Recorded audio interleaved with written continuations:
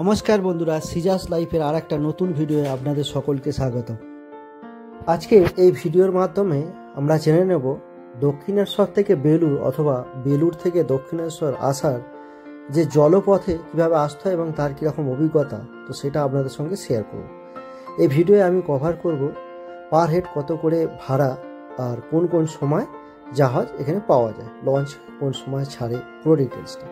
তো চলুন, এক অন্যরকম অভিজ্ঞতা। পুরো জলপথে একদম পুরো মা ভবতারিণীর মন্দিরটাও দেখা যায়। আবার জলপথ থেকে বেলুড় মঠের সমস্ত বিভিন্ন মেন মন্দির, প্রভু শ্রী রামকৃষ্ণের মন্দির, স্বামী বিবেকানন্দের মন্দির, সারদা মায়ের মন্দির, সমস্ত মন্দিরগুলোই দেখা যায় এখান থেকে। তো চলুন একটা একটা করে আমি আপনাদের সঙ্গে দেখাচ্ছি, শেয়ার করছি পুরো জলপথটা। আশা করছি আপনাদের ভালো লাগবে। আর যদি ভালো লাগে তাহলে অবশ্যই চ্যানেলটাকে সাবস্ক্রাইব করে দেবেন আমাদের পাশে থাকার জন্য, আর ভিডিওটাকে একটা লাইক করে দেবেন। বেলুড় মঠ থেকে দক্ষিণেশ্বর বা দক্ষিণেশ্বর থেকে বেলুড় মঠের ভাড়া হচ্ছে 11 টাকা। আর এই টিকিটটার ভ্যালিডিটি থাকে 1 ঘন্টা। 1 ঘন্টা পর আপনাকে আবার নতুন টিকিট কাটতে হবে।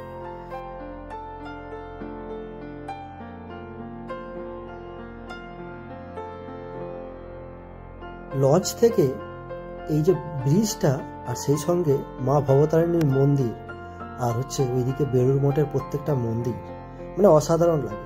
সমুদ্রপৃষ্ঠ থেকে দেখতে বা নদী থেকে দেখতে দারুণ লাগে। এই যে দেখতেই পাচ্ছেন মা ভবতারিণীর মন্দিরটা দেখা যাচ্ছে এখান থেকে। আমরা লঞ্চের মধ্যে দাঁড়িয়ে আছি, আর সেই লঞ্চ থেকেই পুরো পরিষ্কার এখানটা দেখা যাচ্ছে, খুবই সুন্দর লাগছে।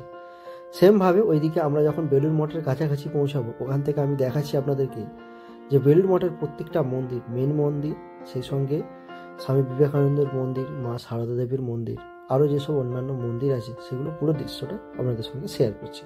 আশা করছি আপনাদের খুব ভালো লাগবে।